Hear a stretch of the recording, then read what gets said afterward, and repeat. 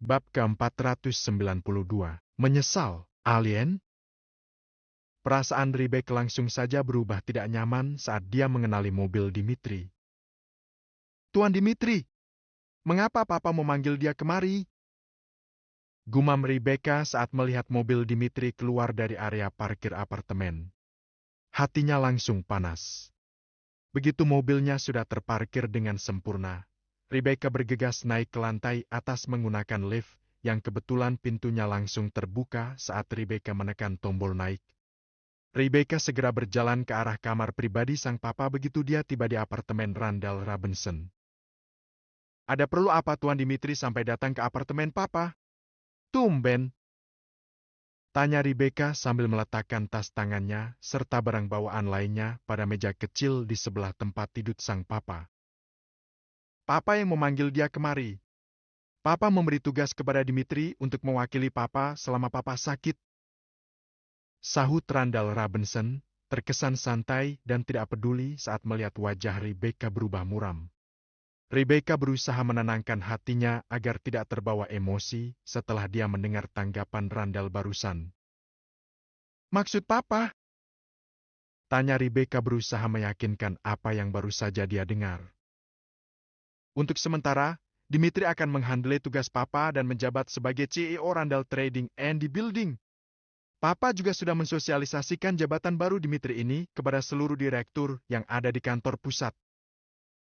Randall Robinson memandang tajam ke arah putri satu-satunya tersebut, kemudian melanjutkan. Ada tugas khusus dan spesial yang sudah Papa siapkan untuk kamu. Makanya Papa tidak mau buru-buru menempatkan kamu sebagai CEO untuk menggantikan Papa. Hati Rebecca yang sudah mulai panas, perlahan kembali mendingin setelah dia mendengar perkataan Randall Robinson. Dia langsung fokus dan tampak antusias menunggu lanjutan kalimat Randall Robinson. Dan, kalau kamu berhasil menyelesaikan tugas khusus ini, Papa berjanji akan menyerahkan posisi CEO tersebut kepadamu. Lanjut Randall, terdengar sangat serius dengan ucapannya. Papa serius? Tanya Rebecca dengan mata berbinar. Sambil tersenyum, Randall menyahut. Tentu saja, Papa sangat serius dengan ucapan Papa tadi. Anggap saja ini sebagai ujian dari Papa dan batu loncatan bagi kamu. Buatlah dirimu pantas untuk jabatan CEO dan buatlah Papa kamu ini bangga. Dengan gamblang dan singkat, Randall segera menjelaskan tugas khusus seperti apa yang harus dia lakukan. Mata Rebecca terbelalak hingga alisnya terangkat begitu Randall menyelesaikan perkataannya. Bukankah itu perusahaan Papa yang sudah merugi selama 3 tahun terakhir, bahkan hampir Papa nonaktifkan? Ucap Rebecca. Betul. Sahut Randall cepat. Rebecca terdiam, tercenung sesaat, seperti tidak percaya jika sang Papa akan memberi dia tugas yang begitu berat. Dan, salah satu yang membuat Rebecca bingung adalah dia tidak boleh meminta bantuan kepada Dimitri, selain masalah dropping dana. Mengapa tugasnya berat sekali Papa? Membuat perusahaan yang hampir bangkrut menjadi kembali menguntungkan? Bagaimana caranya? Gumam Rebecca tanpa sadar. Caranya dengan belajar, Rebecca. Kapan lagi kamu akan belajar untuk mengelola sebuah perusahaan? Kalau kamu tidak sanggup, Papa juga tidak akan memaksa. Tetapi jangan harap kamu bisa menduduki jabatan CEO selama Papa masih hidup. Tukas Randall tegas. Rebecca sontak terhenyak kaget mendengar ucapan Randall yang begitu tegas. Berapa lama aku harus membuat perusahaan itu bisa kembali mendatangkan keuntungan? Tanya Rebecca akhirnya menerima tugas yang diberikan oleh Randall. Terserah kamu, Papa tidak membatasi waktunya. Mau 3 bulan atau bahkan 3 tahun, Papa tidak peduli. Yang penting kamu bekerja keras dan berusaha sekuat tenaga untuk membuat operasional perusahaan itu kembali normal. Tidak harus memberi keuntungan besar, asal bisa membiayai sendiri operasionalnya tanpa tergantung dropping dana dari kantor pusat. Papa anggap kamu sudah berhasil dan otomatis layak untuk menempati posisi CEO, bahkan setelah Papa sehat kembali. Sahut Randall, berusaha keras untuk memotivasi Rebecca. Sejak Sean menolak mentah-mentah tawaran untuk memegang salah satu perusahaan miliknya dan kemudian menggantikan dia sebagai CEO pada saat dia pensiun, Randall mulai berpikir untuk mencoba mendidik Rebecca. Randall sadar bahwa suka atau tidak, Rebecca tetap akan menggantikan dia saat dirinya pensiun atau sudah tidak mampu lagi untuk mengurus perusahaan. Dia mulai menyesal karena terlalu memanjakan Rebecca dan Rudolph tanpa pernah memberi mereka tanggung jawab. Benar saja, ucapan Randall tampak berhasil membuat Rebecca merasa tertantang. Apalagi saat Rebecca mendengar jika sang papa memberi tenggat waktu tidak terbatas. Bukankah aku bisa merekrut tenaga-tenaga profesional? Biar mereka saja yang berpikir dan mencari cara bagaimana membuat perusahaan itu kembali menguntungkan? Pikir Rebecca. Baiklah papa. Aku akan berusaha sekuat tenaga dan membuktikan kepada papa jika aku pantas menggantikan papa sebagai CEO. Ujar Rebecca tanpa ragu. Bagus. Papa senang sekali melihat semangat kamu, Rebecca. Randall Robinson tersenyum penuh kemenangan karena semua rencananya bisa berjalan dengan mulus tanpa dia harus bertengkar dengan Rebecca. Papa janji, jabatan CEO itu pasti akan menjadi milik kamu jika kamu berhasil menyelesaikan tugas khusus ini. Ya, Papa. Aku akan buktikan jika aku memiliki kemampuan. Randall kembali tersenyum. Tolong bantu Papa untuk kembali berbaring. Punggung Papa sudah mulai terasa pegal. Baik, Papa. Sahut Rebecca cepat. Hutan lebat di belakang kastil. Seharusnya aku yang bertanya seperti itu. Gumam pemuda berwajah dingin dan kaku tersebut. Peluh membasahi pakaian pemuda itu yang terlihat lusuh dan sedikit kotor terkena cipratan tanah. Hutan ini berada di belakang kastil kakekku. Jadi aku berhak tahu kalau saat ada orang yang bertindak mencurigakan di hutan ini. Ucap Evelyn sambil secara diam-diam mengambil gambar pria asing itu menggunakan ponselnya. Cantik tapi suka menuduh. Gumam pemuda asing itu. Apa kamu bilang? Seru Evelyn. Sarah segera menahan tubuh Evelyn yang hendak melangkah maju untuk menghampiri pemuda asing itu. Naluri Sarah mengatakan jika pemuda asing itu bukanlah pemuda lemah. Tenanglah Evelyn, biar aku yang tangani. Ujar Sarah. Oke, tapi kalau dia bicara sembarangan lagi, aku akan menghajar mulutnya. Sahut Evelyn dengan intonasi kesal terdengar jelas pada ucapannya. Sedang apa kamu di hutan ini? Mayat siapa yang tadi kamu kubur itu? Tanya Sarah dengan hati-hati sambil mengerahkan tenaga batinnya. Pemuda asing itu menoleh pada Sarah dan tampak kilatan sekilas pada matanya saat dia melihat wajah Sarah. Cantik sekali. Gumam pemuda itu dalam hati. Meski pada wajahnya tergurat garis-garis kesedihan, tetapi tidak bisa menyembunyikan rasa kagumnya kepada Sarah. Sambil memasukkan 3 buah shuriken yang tadi dia ambil dari mayat yang baru saja dia kubur tersebut, pemuda asing itu kembali membuka mulutnya. Karena kamu bertanya baik-baik, aku juga akan menjawab dengan senang hati. Mayat tadi adalah mendiang pamanku. Tadi aku sengaja menggali kuburannya dan baru saja aku kuburkan kembali. Hanya itu yang aku lakukan. Pemuda asing yang memiliki garis wajah khas orang Jepang itu sengaja menjeda kalimatnya sambil menarik nafas panjang. Sepertinya kalian semua tidak ada hubungannya dengan kematian pamanku. Jadi, tidak ada alasan bagi aku untuk berlama-lama di hutan ini. Aku harap kita bisa bertemu lagi, lain waktu. Ujar pemuda itu sambil terus memandang Sarah dengan tatapan ambigu. Tanpa berkata-kata lagi, pemuda asing itu segera mengayunkan kakinya dan berkelebat secepat kilat meninggalkan tempat itu. Hei tunggu! Kami belum selesai bicara. Teriak Naomi tiba-tiba. Biarkan saja Naomi. Tidak usah dikejar. Ujar Sarah saat dia melihat Naomi akan mengejar pemuda asing tersebut. Tapi Kak Sarah, gerak-gerik pemuda itu begitu mencurigakan. Protes Naomi. Aku tahu Naomi. Selama dia tidak mengajak ribut, biarkan saja dia pergi.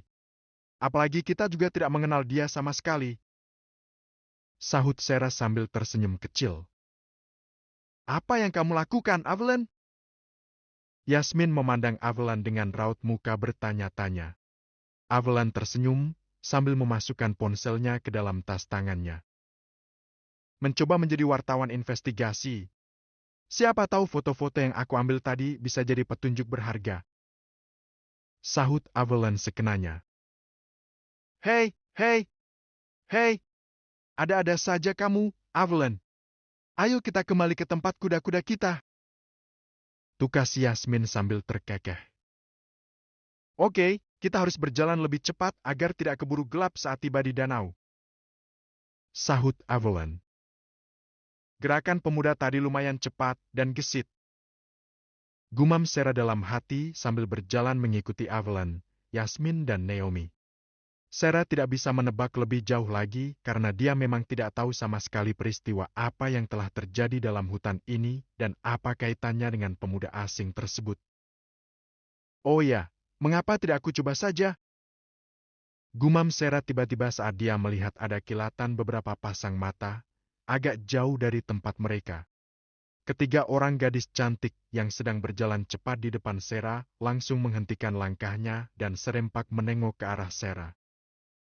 Ada apa Kak Sarah? Tanya Evelyn, penasaran. Dengan wajah serius, Sarah memberi kode kepada mereka bertiga untuk menunggu sejenak. Tunggu sebentar, beri aku waktu 5 menit saja. Ada sesuatu yang ingin aku lakukan. Ujar Sarah. Tanpa menunggu jawaban dari ketiga orang sahabatnya itu, Sarah segera memusatkan pikirannya dan sejenak kemudian terdengar suara geraman yang membuat Evelyn dan Yasmin terhenyak kaget. Sementara Naomi tampak santai-santai saja, seperti tidak terpengaruh. Ger! Ger! Serigala! Gumam Evelyn saat dia tiba-tiba saja melihat 2 ekor serigala muncul dari balik semak-semak dan berjalan menghampiri Sarah. Terlihat kedua mata serigala itu terus menatap ke arah mata Sarah sambil sesekali terdengar geraman lemah. Terima kasih, sekarang pergilah. Maaf sudah mengganggu kalian. Ucap Sarah setelah lebih kurang 3 menit berlalu. Gereh! Seolah benar-benar paham dengan perkataan Sarah, sambil menggeram lemah, kedua ekor serigala liar itu membalikan badannya dan kemudian berlari meninggalkan tempat itu. Jadi serigala jenis itu yang menyerang kamu waktu itu, Evelyn? Besar sekali. Bisik Yasmin. Evelyn langsung menganggukkan kepalanya, meski dia merasa tidak begitu yakin jika kedua serigala tadi adalah anggota kawanan serigala yang menyerang dia dan Sarah. Terbawa rasa penasaran, Naomi bergegas menghampiri kakak iparnya. Apa yang kamu dapatkan dari kedua ekor serigala liar tadi, Kak Sarah? Tanya Naomi. Sambil menarik tangan Naomi agar kembali berjalan, Sarah segera menanggapi pertanyaan Naomi. Yasmin dan Evelyn juga langsung memasang telinga mereka sambil kembali berjalan menuju tempat kuda-kuda mereka ditambatkan. Beberapa hari yang lalu ada pertarungan hebat di sekitar lokasi kuburan tadi. Pertempuran hebat berlangsung sejak malam sampai menjelang dini hari. Gundukan tanah itu adalah kuburan dari mereka yang tewas termasuk juga mayat yang dikubur oleh pemuda tadi. Ujar Sarah, berusaha untuk menjelaskan secara singkat, padat dan jelas. Memangnya siapa yang bertarung Kak Sarah? Tanya Evelyn, raut wajahnya penuh tanda tanya. Aku juga tidak tahu Evelyn. Otak para serigala itu hanya merekam kejadian yang mereka lihat. Sahut Sarah. Tetapi kalau melihat benda ini, sebagian atau mungkin juga semua, mereka yang bertarung malam itu adalah anggota kelompok ninja. Lanjut Sarah sambil menunjukkan sebuah shuriken berbentuk bintang yang tadi dia pungut. Banyak sekali shuriken yang bertebaran di sekitar kuburan tersebut. Sungguh mencurigakan. Gumam Yasmin. Buat apa mereka datang jauh-jauh dari Jepang kemari? Tidak mungkin kalau cuma untuk bertarung di dalam hutan ini. Nanti kita tanyakan pada Papa Edward atau Brian. Aku merasa salah satu dari mereka berdua tahu masalah ini.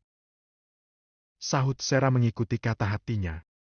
Tak berapa lama kemudian, para gadis itu tiba di tempat mereka menambatkan kuda mereka. Tanpa membuang waktu, Mereka berempat kembali menaiki kuda-kuda mereka dan memacunya menyusuri sungai.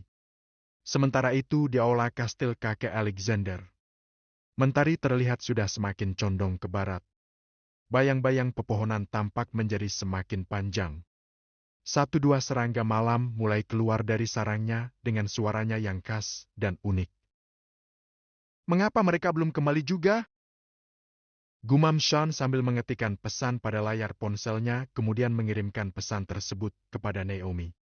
Dertit, dertit. Baru saja pesan Sean terkirim, sejenak kemudian ponsel Sean bergetar karena ada notif pesan masuk. Aku sudah di istal kuda. Lapar. Sean langsung tersenyum geli saat dia membaca balasan pesan dari Naomi. Dasar anak kecil. Gumam Sean sambil terkekeh. Ada apa, Sean? Tanya Scott. Penasaran melihat Sean tiba-tiba saja tertawa. Mereka sudah tiba, sekarang mereka sedang membawa kuda-kuda mereka ke kandang. Dan, sepertinya mereka semua sedang kelaparan. Sahut Sean sekenanya. Baru saja Sean selesai berbicara, muncul 4 sosok gadis cantik dengan pakaian yang mulai tampak lusuh. Kami pulang!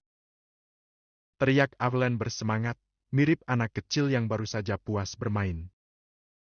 Jangan dekat-dekat, Evelyn. Mengapa kalian semua bau sekali? Seperti bau bangkai.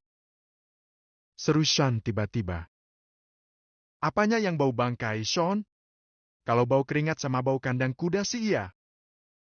Seloroh Brian. Dah penciuman kamu hebat sekali, Sean. Tukas Sarah, kagum. Sean cuma tersenyum kecut mendengar pujian Sarah tersebut. Ini gara-gara makhluk aneh yang numpang di tubuhku, Sarah. Sahut Sean asal saja. Sarah tersenyum geli mendengar ucapan Sean. Hei, hei, hei. Biar kamu tidak semakin tersiksa, aku pergi dulu. Bersama Yasmin, mereka berdua segera berjalan menuju tangga di sudut aula. Memangnya ada alien yang masuk ke tubuh kamu, Sean? Tanya Evelyn sambil senyum-senyum, malah seperti sengaja semakin mendekat ke arah Sean. Sudah Evelyn, berhenti! Cepetan pergi mandi dan ganti baju. Jangan lupa semprotkan minyak wangi yang banyak. Seru Sean sambil mengayunkan tangan untuk mengusir adik sepupunya tersebut. Oke, tunggu kami di ruang makan. Aku lapar sekali. Celetuk Naomi sambil menyeret tangan Evelyn, menjauhi Sean dan berjalan cepat menuju tangga. Mengejar Sarah dan Yasmin yang sudah lebih dulu meninggalkan ruangan aula. Inilah salah satu alasan mengapa aku ingin segera mengembalikan makhluk ini ke tempat asalnya, Brian. Ucap Sean sesaat setelah para gadis meninggalkan aula. Aku sama sekali tidak bisa mengontrol saat muncul masalah seperti tadi. Hidungku bisa menjadi sangat sensitif secara tiba-tiba saat makhluk itu bereaksi. Keluh Sean. Dan itu baru muncul belakangan ini. Entah apa lagi yang akan terjadi di masa depan jika makhluk ini terus bercokol di dalam tubuhku. Pungkas Sean sambil menarik nafas panjang. Hei, hei, hei. Baiklah, aku akan memujuk Sarah agar kita bisa segera pergi ke Bali secepatnya. Brian merasa tidak tega juga saat melihat raut wajah Sean yang mendadak berubah muram. Brian juga tidak menyangka jika setelah dia berhasil menaklukkan makhluk itu, muncul masalah lain yang sama sekali tidak pernah terfikir olehnya. Terima kasih, Brian. Tukas Sean sambil bangkit dari tempat duduknya dan langsung saja berjalan menuju ruang makan. Main tinggal saja. Gerutu Brian sambil berdiri dan berjalan menyusul Sean yang langsung diikuti oleh Scott. Bab keempat.